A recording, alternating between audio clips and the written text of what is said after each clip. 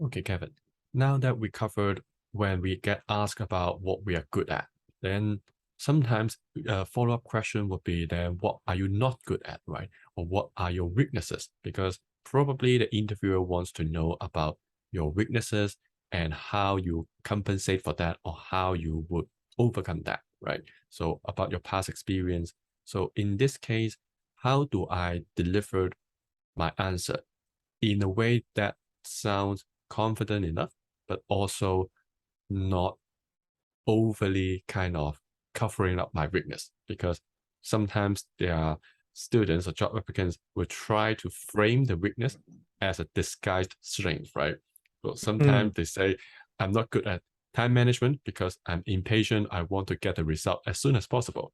So there are different examples, or maybe you can also mm. share the example that you heard from job applicants that they frame their weakness as a disguised strength. So yeah, that's my question. Okay. So, in fact, I have not heard that many good answers of this question because many people are not that prepared to talk about the weaknesses because it's to them, uh, they're always afraid that because of this weakness, if they talk about it, they'll lose the chance. But this mindset actually would cost them because who is perfect? There's no one perfect. We all have so-called weaknesses. So the difference is, are you aware? Number one. And number two, are you being honest? So now, again, in the interview context,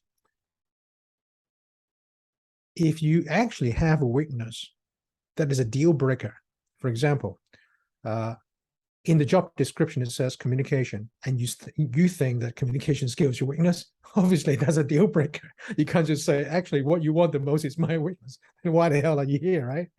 So hopefully that's not, but in case it is, I suggest you not talk about that weakness and talk about some other weakness that you have because you have a choice of many weaknesses to talk about.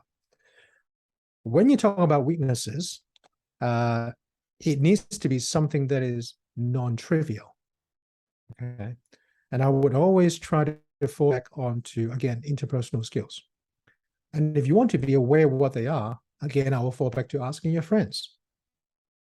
What are you, uh, what kind of interpersonal skills that you have that by the standard of the average person, you are relatively lacking versus the average person?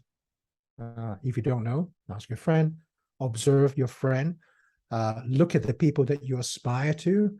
Why do you aspire to be that person? What qualities do you appreciate? It's probably something that you're lacking. That's why we appreciate somebody, right? They can do something that we cannot. Okay. So have that moments of reflection and just steady your own thinking and come up with 1 or 2 points, not too many. Okay. And then again, it's useful to think of an example, okay, of where do these so-called weaknesses show up in your day-to-day life and work and our social life, okay? And what kind of consequences have you been experiencing as a result of exhibiting this weakness, okay? Now you then say, you bring up a good point, which is, don't just tell me the weaknesses, are you doing anything about it, right? So I would always ask this question, say, Francis, tell me about 1 or 2 things that you can change about yourself if you could, and what do you think you can do to facilitate a change? That's how I would put it. But effectively, it's asking the same question. And so I'm really more than just interested to hear what you would change is how are you going to facilitate this change yourself? Okay. So let's say you are lacking patience. Well, how are you going to facilitate getting more patient? What are you doing? What are you doing differently in the future or right now to enable this to happen? These are actually more difficult questions than it meets the eye, because if you knew, you probably would have changed already. The fact that you're still not changing, that means you're not doing enough to facilitate a change. And a lot of these things are habitual. They're very deeply rooted in, I don't want to use that word, but for a lack of a better word, our identity of ourselves. Certain people pride certain way about them. They think that impatience may be a virtue, that I'm getting things done, like you say, right? But is it? Well, it is, but in context. There are certain contexts that would benefit from lack of patience in an emergency, for example. Somebody to call this, somebody to get the people, blanket, somebody to, yes, there's an urgency, and that lack of patience is going to drive a better efficiency to get things done. But in another context, let's say you're in a meeting with many people, and there's lots of different opinion. Lack of patience say, okay, well, everybody shut up, just listen to me. That's not a great exhibition of that, and it's not a virtue in that context.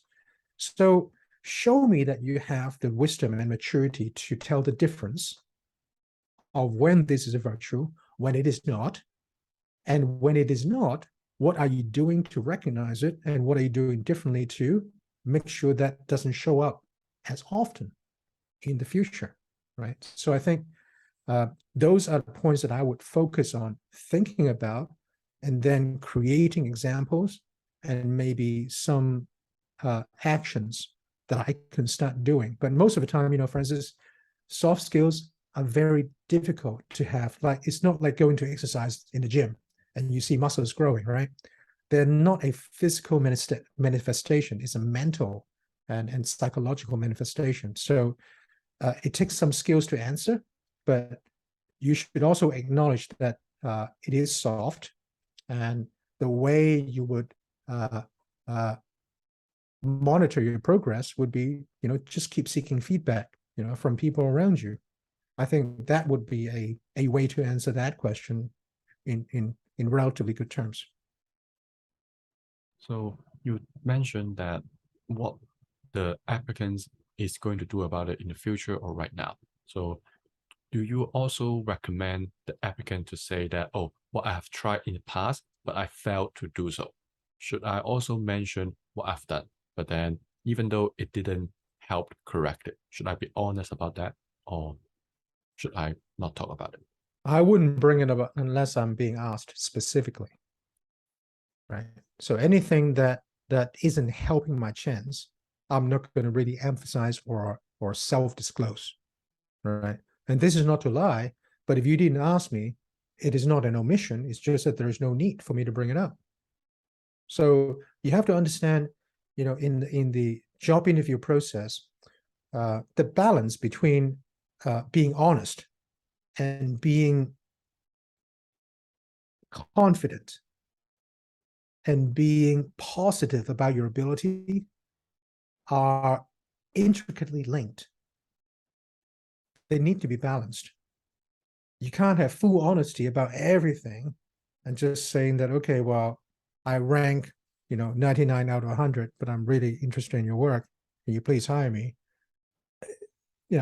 It's difficult to do that, right? So you want to bring out all those things about you that is true, that will be relevant to be considered of being hired.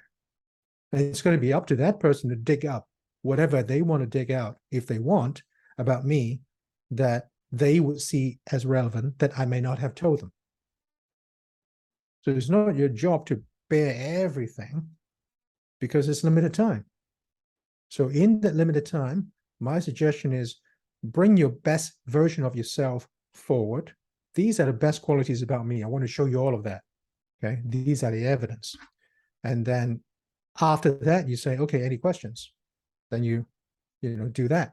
And if they don't ask you those questions, there's no need to answer it. So is there other thoughts you want to add for this question? No, things pretty good. Thanks. Thanks, Kevin.